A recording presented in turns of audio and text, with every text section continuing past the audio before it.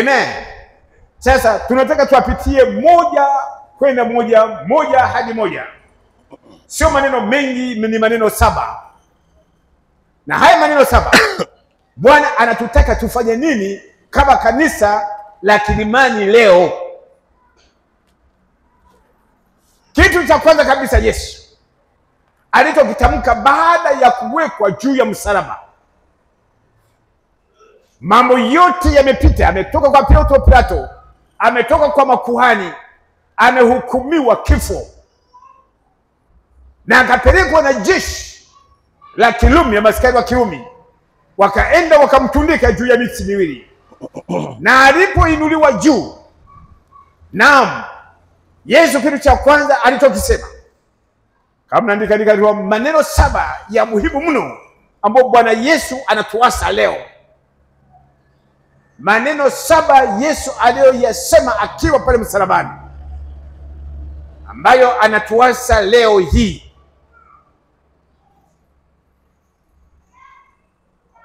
Panapo majira ya saa 3:30 Yesu alikuwa ameshainuliwa juu ya miti.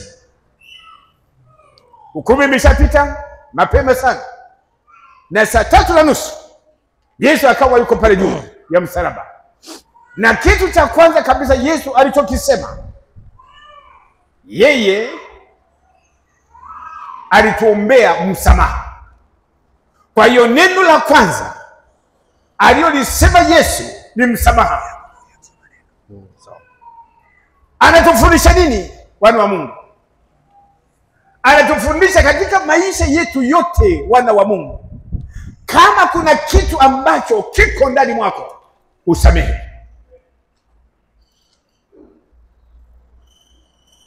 Leo wakati wa Sunday school, mwalimu wetu anakazania kutueleza habari kwamba asiwepo mmoja wetu mwenye chuki hata moja. Chuki asili yake ni shetani, lakini asili ya Yesu ni upendo. Sasa Yesu anatuasa kitu cha kwanza, ilikuwa ni majira ya saa 3:30 hivi, kwamba kama kuna kitu cha kwanza tufanye, wana wa Mungu, ni kusamehe.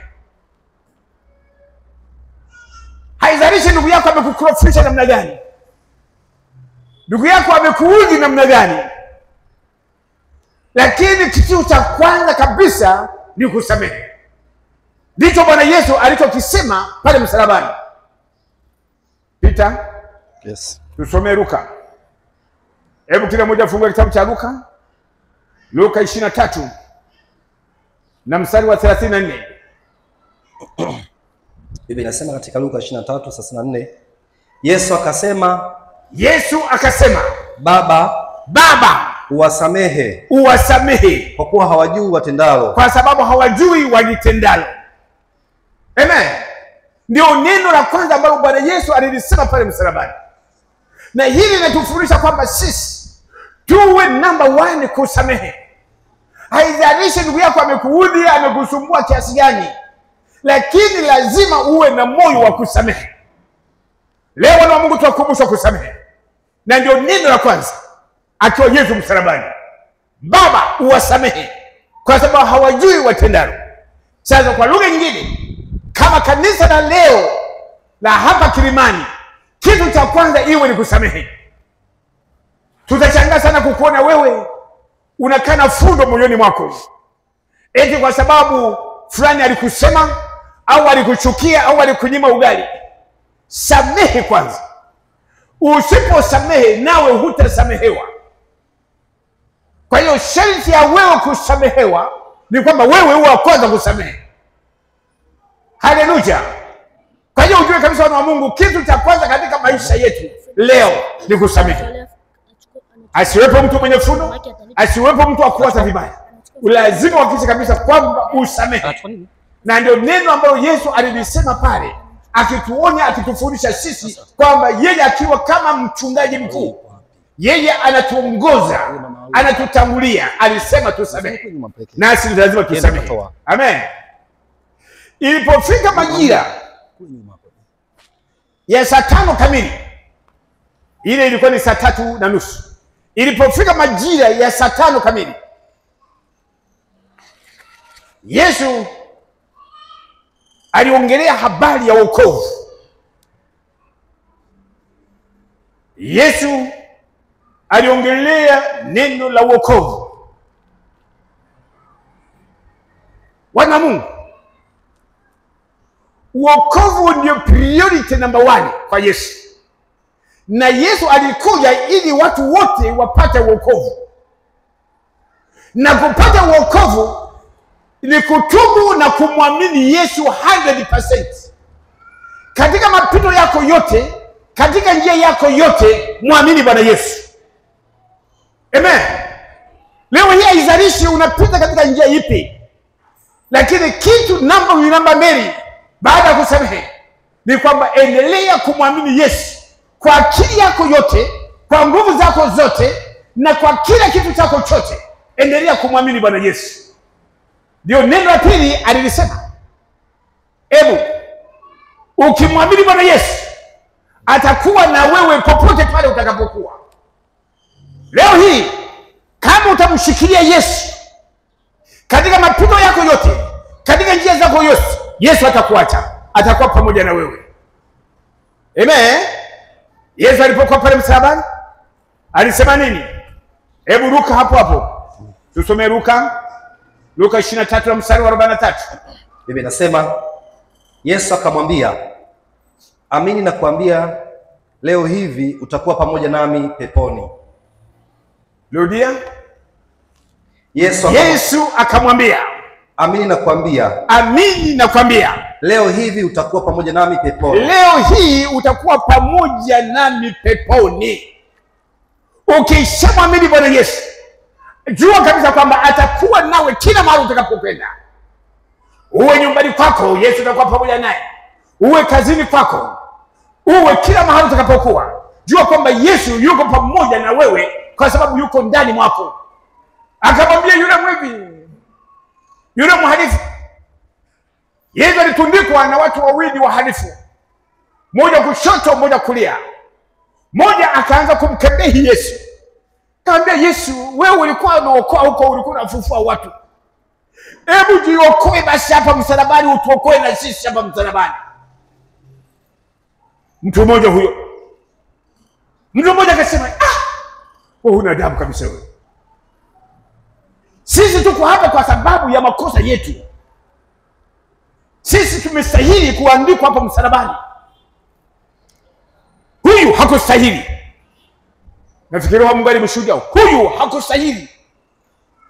Lakini ni kwa sababu maandiko yakamilike, tunaye hapa leo. Akamaliza kwa kusema, Bwana Yesu, unikumbuke katika ufalme wako. Ndipo Yesu akamjibu akamwambia, leo hii tutakuwa pamoja. Yule ndugu alitubu, aliona kabisa kwamba hana chochote, yeye ametenda dhambi, ndio kwa sababu ameandikwa msalabani. Yeye amestahili kuandikwa msalabani. Yule mwingine, na baada ya kumaliza hiyo, ilikuwa ni toba ya kweli. Alipomaliza kutubu, akamgeuka Yesu msalabani. Yesu, unikumbuke. Unikumbuke katika ufalme wako. Yaani akamgeuka Yesu, akamwamini Bwana Yesu. Na Yesu akamjibu pale pale, leo hii tutakuwa pamoja peponi. Yesu anaongelea habari ya wokovu. Ukiendelea kumwamini Bwana Yesu, Yesu atakuwa na wewe popote pale utakapokuwa. Uwe shambani, uwe mjini, uwe kazini, uwe mahala popote pale, Yesu atakuwa pamoja na wewe. Kwa sababu swala la pili kwa Yesu ni wokovu. Umwamini Bwana Yesu. Usije katika shaka na Bwana Yesu. Yesu yuko pamoja na wewe kama ukimwamini. Yesu anaingia moyoni mwako, unatembea na Yesu. Popote utakapokuwa, na yeye atakuwepo Yesu. Amen. Hiyo ndio ilikuwa ni hatua ya pili. Yesu atangaza wokovu. Wana wa Mungu leo, wana wa Kilimani, hebu tuendelee kumshika sana huyu Yesu. Kama kuna chochote cha kushikilia, mshike sana huyo Yesu. Kama Yakobo alivyofanya alipokuwa kule. Alikutana mtu mmoja, akamshikilia, akamwambia, Bwana, hakika sikuachii mpaka umenibariki. Haleluya. Na wewe hivyo hivyo, mshikilie sana huyo Yesu. Usije kumwachia mpaka awe na mpaka akufikishe kule. Kama ni unyakuzi, akunyakue. ukamkutana kule mawinguni. Amen. Kwa hiyo wokovu ni walazima kwa wana wa Mungu. Amen. Endelea sana kushika wokovu. Endelea sana kumwamini Bwana Yesu katika mapito yako, katika njia zako zote. Haleluya. Neno la tatu Yesu alisema pale msalabani, alisema kuhusu upendo. Amen. Bila kufupisha tu, ni upendo. Ni neno la tatu ambalo Bwana Yesu alisema pale msalabani. Nalo ilikuwa yapata saa 5:30 ya asubuhi. Saa 5:30. Kwa hiyo neno la msingi pale anasema ni upendo. Amen. Sasa hebu tusome. Hebu fungua kitabu cha Yohana 19. Yohana 19. Hebu soma mstari wa 26 na 27. Yohana 19:26-27. Biblia inasema, basi Yesu alipomwona mamaye, narudia tena, Yesu alipomwona mama yake na yule mwanafunzi aliyempenda amesimama karibu, alimwambia mama yake, mama, tazama mwanao. Kisha akamwambia yule mwanafunzi, tazama mama yako. Na tangu saa ile mwanafunzi yule akamchukua nyumbani mwake. Rudia tena huo mstari wa 27. Basi Yesu alipomwona mama yake, basi Yesu alipomwona mamake na yule mwanafunzi aliyempenda, na yule mwanafunzi aliyempenda Yohana huyo amesimama karibu, alimwambia mama yake, akamwambia mamake, mama, tazama mwanao. Mama, tazama mwanao. Kisha akamwambia yule mwanafunzi, tazama mama yako. Na tangu saa ile mwanafunzi yule akamchukua nyumbani kwake. Amen. Hapa kwa kifupi Yesu anatuonyesha kwamba ni upendo. Biblia Kiingereza haikusema mama, imesema woman. Na inaposema woman inamaanisha kanisa. Yesu baada ya kupa wokovu anapenda utulie kanisani. Wewe uliye mwanafunzi wake Yesu. Wewe unapendwa na Yesu? Na Yesu akamtazama yule aliyompenda, akamwona mwanafunzi aliyompenda. Nani? Yohana. Ndio wewe leo. Haleluya. Akamwambia kanisa, huyu aliyeokoka, huyu nipendezaye naye, mchukue. Akamwangalia mwanafunzi, huyu ni mamako, ambatane pamoja naye. Yesu anataka kuonyesha upendo wake kwa kanisa. Yesu hataki ubaki huko unahangaika huko nje. Anataka ubaki kanisani. Ujifunze, ujielimishe, uweze kuukulia wokovu. Wokovu haupatikana mengine, ni kuukulia wokovu. Mtakuwa mnamega na kunywa pamoja huko kanisani. A woman is a church, ni kanisa. Amen. Kwa hiyo mwana wa Mungu, wapi unahangaika wakati Yesu anakutaka ubaki kanisani? Kama kuna mambo yote unayoyafanya, kanisa kwako liwe ndio priority number 1. Kama tunasema ni makesha, hebu wewe mtu akwenda kukesha hapo. Kama tunasema Jumatano tuwe kwa wingi, tuwe hapo kwa wingi. Ijumaa hapa. Jumanne wakina mama hapa. Alhamisi sije wapi hapa. Kwa sababu Yesu anakutamani akuone ukiwa kanisani. Akamwona mama, akamwambia, huyu mwana. Akamwambia na yule anampenda, huyu ni mamako. Na kuanzia pale wakachukuana. Sasa wana Mungu, tunatakiwa tukae kanisani ili tuendelee kujifunza na kuendelea kujirekebisha na kuonyana na kuelekezana kanisani. Hiyo ni upendo usio kawaida. Yesu anatupenda wana wa Mungu. Upendo mkuu kama huo uko wapi? Tunaweza kupata wapi? Upendo mkuu tunaopata tukiwa kanisani. Amen. Maana watu wanapomega kwa pamoja, wanakula kwa pamoja, wanaishi kwa pamoja. Haleluya. Amen. Ndio maana Bwana Yesu akataka tubaki kanisani. Hajatuambia tusende kwingine, twende. Lakini nyumbani wetu iwe ni kanisani. Unapokuwa una shida yoyote, njoo madhabahuni umweleze Bwana Yesu. Njoo madhabahu kwa Yesu umweleze. Una matatizo ya aina yoyote yale, nyumba hii ni nyumba ya sala. Ingia huko nyumbani. umweleze Bwana Yesu una shida gani, una matatizo gani, na nakuhakikishia Bwana Yesu atakujibu pale pale. Haleluya. Yesu wa Mungu anatupenda mno. Hataki mwangalie, hataki mpate shida, bali mnataka muishi kama kitu kimoja. Upendo wana wa Mungu ndio namba 1 katika maisha ya Yesu Kristo. Na nashukuru wakati wa Sunday school tumekazaliwa sana na neno upendo. Upendo wana wa Mungu, tupendane. Kupendana wana wa Mungu ni amri. Ni amri wana wa Mungu. Upendo ni amri. Tumeagizwa tupendane sisi kwa sisi. Nikisema sisi kwa sisi, wana wa kanisa, sisi kwa sisi. Amen. Ni amri hiyo. Nafikiri mnajua ni amri ya pili, tupendane. Waraka wa kwanza wa Yohana sura ya 3 na mstari wa 23. Tusome pita. Waraka wa kwanza wa Yohana, Biblia inasema, na hii ndio amri yake. Na hii ndio amri yake, kwamba tuliamini jina la mwana wake Yesu. Kwamba tuliamini jina la mwana wake Yesu Kristo. Hiyo ni amri ya kwanza. Kwamba tuliamini jina la mwana wake Yesu Kristo. Amri namba 1. Amri namba 2, na kupendana sisi kwa sisi kama na tupendane sisi kwa sisi. Ni amri namba 2. Kwa hiyo wana wa Mungu, upendo ni wa lazima kwa mtu ambaye yuko pamoja na Yesu. Kama unajua Yesu yuko moyoni mwako, na yeye Yesu ni upendo, anataka na wewe uwe na upendo huo huo. Haleluya. Ni amri hiyo wana wa Mungu.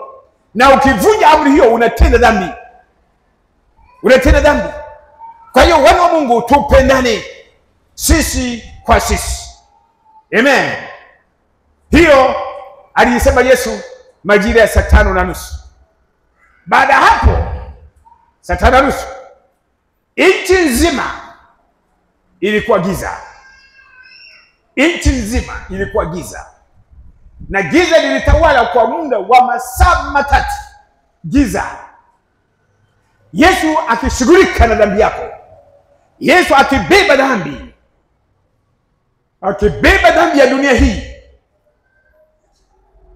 Akashughulika kuibeba kwa muda wa masaa 3. Na yalipopita masaa 3. Ilipopita masaa 3. Tumeanza saa ngapi? Saa 5:30. Kwa hiyo mpaka saa ngapi? Masaa 3. Mpaka saa ngapi? Saa? Watoto wanajibu vizuri nini? Saa 8. Saa 5:30.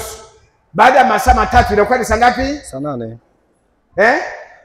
Saa 8:30. Na ilipofika saa 8:30, baada ya Yesu kuibeba dhambi ya dunia hii, dhambi yako na yangu, ili kwamba wewe ukimwamini unahesabiwa haki yake Mungu, kwa sababu Yesu alichukua dhambi juu ya mwili wake, ili kwamba mimi na wewe tuweze kuhesabiwa haki. Sasa kitu kinachobaki wana wa Mungu, dhambi Yesu alipobadilika kushirikia hiyo, kuna neno ambalo kubwa liliokuja, neno la Injili. Andika neno la Injili. Yesu alitaka tuifanye kazi moja kubwa mno ya neno la Injili. Hebu tusome Yohana 19 hiyo 28.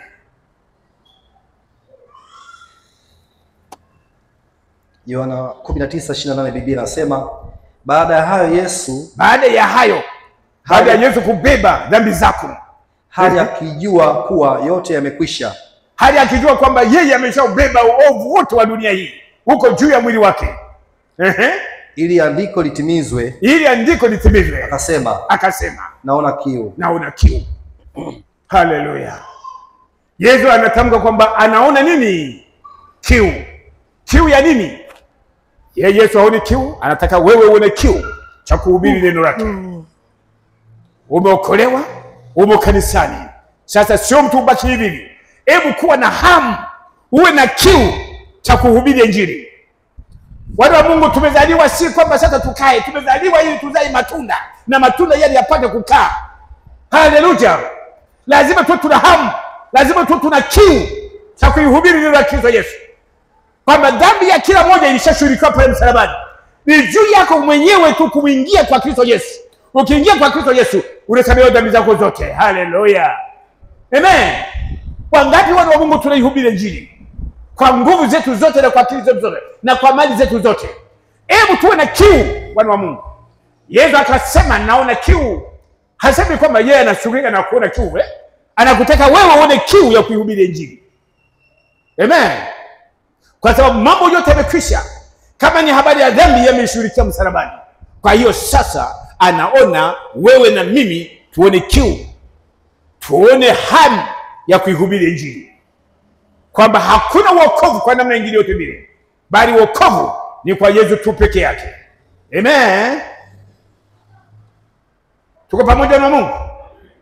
Tuko pamoja? Amen. Baada ya neno hilo, hilo ni neno la ngapi? Nimesema maombezi ya Injili ni neno la 4. Neno la 5, Yesu anasema kwamba anatuombea. Andika neno la 5, maombezi. Hai, twende Mathayo 27. Hilo neno la 5. Mathayo 27 na mstari wa 46. Biblia inasema, na kama saa 9 Yesu akapaza sauti yake kwa nguvu akisema, Eloi Eloi lama sabakthani, yaani Mungu wangu mbona umeniacha? Amen. Yesu majira kama ya saa 9 hivi anatamka maneno hayo kwa Kiebrania, ambapo maana yake kwamba Mungu wangu mbona unaniacha? Wana Mungu,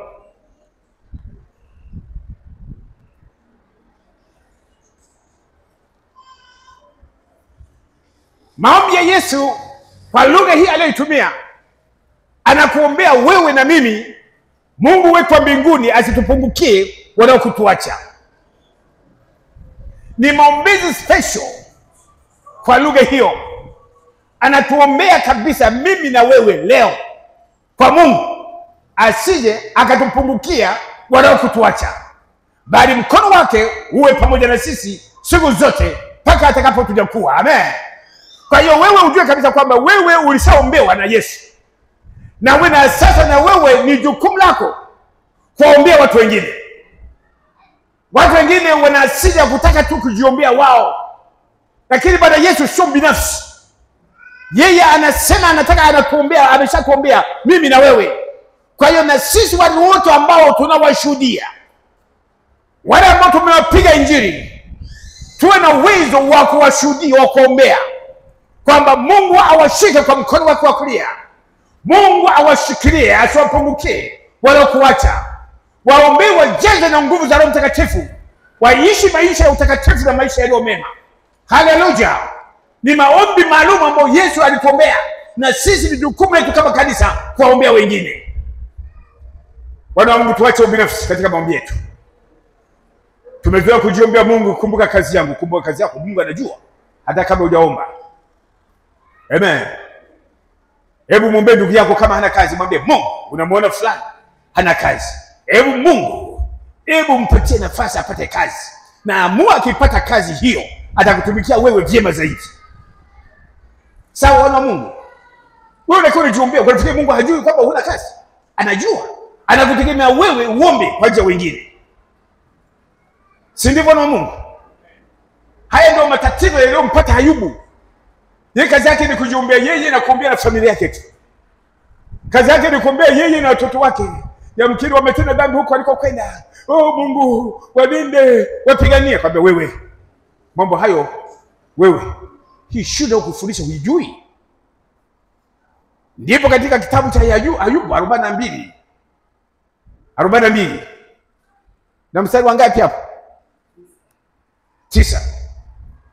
Ayubu 42:9, tusome hapo. Mungu alifanya nini Ayubu alipoanza kuombea rafiki zake na wengine wote? Tusome. So 9. Ayubu 42.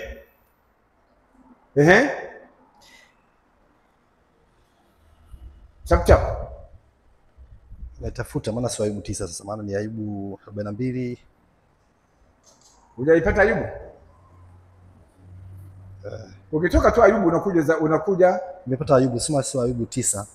42 mstari wa,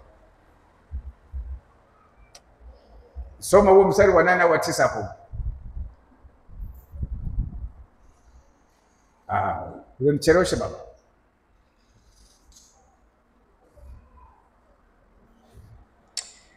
Ndasoma 8. Basi sasa jitwalieni ng'ombe waume 7 na kondoo waume 7, mkamwendee mtumishi. Naona sio hiyo. Mstari wa 10. Kisha Biblia inasema kisha Bwana akaugeuza uteka wa Ayubu hapo alipowaombea rafiki zake. Kisha Bwana akaombea uteka wa Ayubu pale alipoanza kuwaombea rafiki zake. Bwana naye akampa Ayubu mara 2 kuliko hayo aliyokuwa nayo kwanza. Bwana akampatia mara zaidi ya mara 2 kwa yale yote alikuwa wahi kuwa nayo. Nakwambia aliwapatia mabinti wazuri hawajawahi kutokea mpaka leo. Kama unajua kuna binti mzuri sasa hivi hayupo. Ayubu alipewa mabinti wazuri mno hawajawahi kutokea mpaka leo. Lakini Ayubu tu alipojua kuombea marafiki zake, haikuwa tabia yake, alikuwa anaombea tu nyumba yake na watoto wake na mambo yake. Mungu huyo aliyeruhusu jaribu iende kwa Ayubu, iwe ni shule, na hiyo shule sio ya kwake tu Ayubu, ni yetu sisi. Tumezoea sisi kuombea mambo yetu tu sisi, hatuombei ya watu wengine. Lakini Ayubu alipata shida kwa sababu hiyo, lakini alipotambua kuombea rafiki zake, ndipo Mungu akaondoa uteka wake, na ndipo Mungu akambariki maradufu. Je, tunaweza tukafanya hivyo na sisi leo? Mungu wetu hataki ubinafsi. Mungu wetu anataka tuombe wengine. Mungu anataka tuombe wengine, usijiombee wewe. Na kama unajiombea wewe, weke nadhiri kwamba Mungu, katika hili ukilifanikisha, nitakufanya hili na hili na hili na hili wewe. Haleluya. Amen. Mtu mmoja ananifurahisha. Alimwambia Bwana Yesu, kama ni utokapo niendapo, mara niende huku, mara niende Kilwa, mara niende wapi, mara kisiwa cha Kome. Nani anajua kisiwa cha Kome hapa? Kuna mtu anajua kisiwa cha Kome? Unakijua? Kisiwa cha Kome? Na unakijua? Unakijua kisiwa cha Kome? Basi ubarikiwe sana. Mtu mmoja hapa aliwahi kuambia Mungu, kama utanipeka mpaka kisiwa cha Kome, nami ukanifanikisha katika njia yangu yote, nami nitakujengea ofisi. Huyo mtu mmoja alifikishwa kwenye kisiwa cha Kome. Bwana, ukitoka hapa mtafute mtu kama huyo, sawa bwana? Umuulize mambo ya Kome vipi, kukoje huko. Alifika, ni kisiwa kimoja wako ndani ya ziwa Victoria, kinaitwa kisiwa cha Kome. Sasa kuna mtu mmoja hapa alichukuliwa mpaka akafika kwenye kisiwa cha Kome, na akamwambia Bwana, kama Bwana utanipeleka huko na kunirudisha, na nitakufanyia hili na hili. Amen. Tuko pamoja na Mungu. Amen. Barikiwe sana. Tuwe na asili ya kuombea wengine. Amen. Haya. Ombi jingine la ngapi limefika? Tunakuwa la 6. Unatakiwa karibu. Neno la 6. Oho. Pita tusome. Yohana 19:30. Yohana 19:30.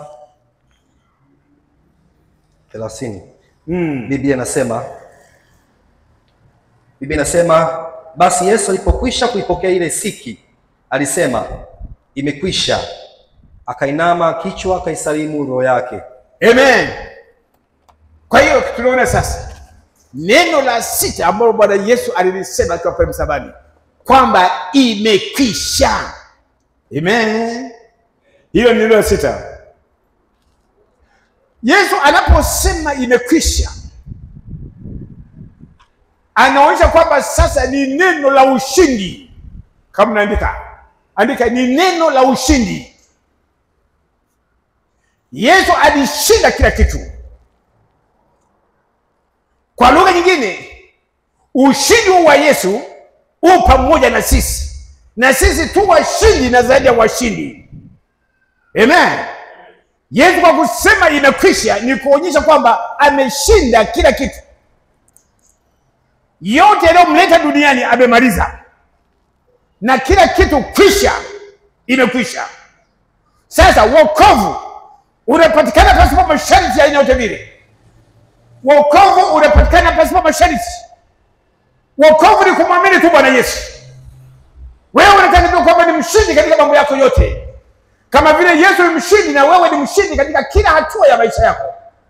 Hakuna kusema mimi hii siwezi, mimi nitashindwa. Nani alikwambia utashindwa? Wakati Yesu ameshatangaza ushindi kwako, ametangaza ushindi. Hebu na Mungu, hebu tujiamini kila wakati. Yesu sisi ameshakutamkia ushindi katika kila kitu. Haleluya. Amen. Jiamini wana wa Mungu. Yesu ameshajiamini, amesema imekwisha, kwamba ameshinda kila kitu, na sisi tu washindi katika yeye atushindishaye. Haleluya, haleluya. Kwa hiyo wana wa Mungu tujiamini. Maneno hiyo ni neno la 6 la Bwana Yesu akiwa pale msalabani, anatutangazia kwamba sisi tu washindi kama vile yeye alivyo mshindi. Amen. Neno la mwisho ambalo Bwana Yesu amelisema pale msalabani tunalipata katika kitabu cha Luka 23. Luka 23 na mstari wa 46. Biblia inasema, Yesu akalia kwa sauti kuu akasema, Baba, mikononi mwako naiweka roho yangu. Rudia mstari huu. Yesu akalia kwa sauti kuu, kwa sauti kuu akasema, Baba, Baba, mikononi mwako naiweka roho yangu. Amen. Hilo lilikuwa ni neno la mwisho la Bwana Yesu pale msalabani. Kwa lugha nyepesi, Yesu anatuambia kwamba ni neno la kujitoa. Ni neno la kujitoa. Kama unaandika andika, ni neno la kujitoa. Anasema, Baba, kila kitu ulichonileta hapa duniani nimekikamilisha. Nimejitoa kwa kila kitu. Sasa naendelea tena kujitoa, najikabidhi mikononi mwako. Yesu kwa lugha nyingine anakuambia tuwe na moyo wa kujitoa kwa kazi ya Yesu.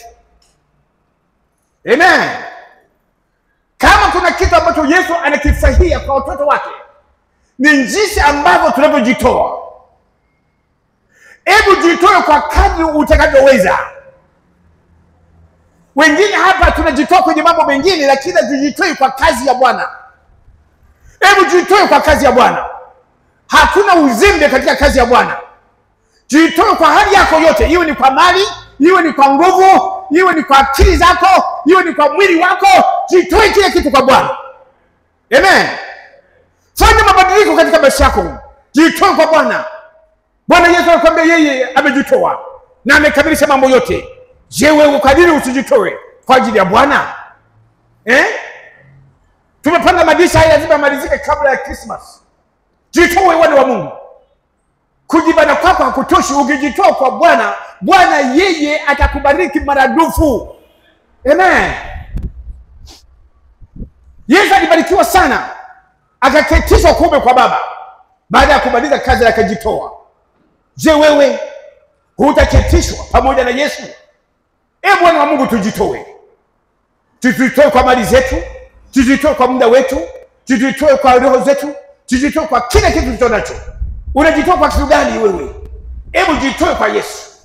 Hilo ni neno ambalo Bwana Yesu anatuambia tena la mwisho pale msalabani, kwamba wana wa Mungu, kanisa la leo tuwe na moyo huo kama wa Yesu wa kujitoa. Hebu jitoe kwa kila kitu. Uone jinsi ambavyo Bwana atakavyokubariki wana wa Mungu. Haleluya. Uko tayari kufanya hayo mambo? Uko tayari kujitoa kwa Bwana Yesu? Uko tayari kujitoa kwa mali na fedha yako yote kwa Yesu? Uko tayari kujitoa muda wako kwa Yesu? Uko tayari kujitoa akili zako kwa Yesu? Hebu wana wa Mungu tujitoe. Tuone ndivyo Mungu atakavyotubariki. Kujitoa ndio lango kuu la kubarikiwa wana wa Mungu. Kama unataka baraka, lazima uwe na moyo wa kujitoa. Bila kujitoa, Bwana anakuona mziro wewe. Hebu tujitoe kwa kazi yake. Tujitoe kwa kila kitu ambacho Bwana ametubariki nacho. Amen. Haleluya. Hilo ndio lilikuwa neno la mwisho. Bwana Yesu akasema maneno 7, na lazima hayo maneno 7 anatuase ni sisi. Lazima tuwe ni watu wa kujitoa, wana wa Mungu, ili kusudi tuweze kuona baraka ambazo Bwana alizokusudia kwa ajili yetu sisi. Asiwepo mtu wa kulegea, asiwepo mtu mzembe, asiwepo mtu mwenye moyo mgumu, bali wote tuwe tuna moyo wa kujitoa, ili kusudi tuweze kukutana na baraka za Mungu. Amen. Wana wa Mungu, nimekuambia la kwanza, Bwana Yesu anataka nini? Msamaha. Pili, wokovu. 3, upendo.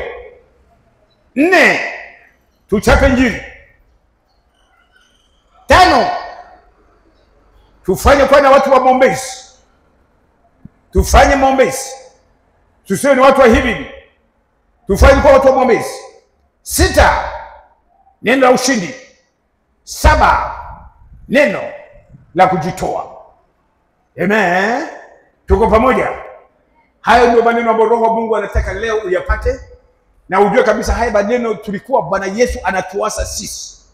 Si kwamba aliyatamka tu bure, bali aliyatamka ili sisi kama kanisa tujue anatuagiza tufanye nini. Amen. Haleluya. Uko tayari kuyafanya haya? Hebu simama mahali ulipo.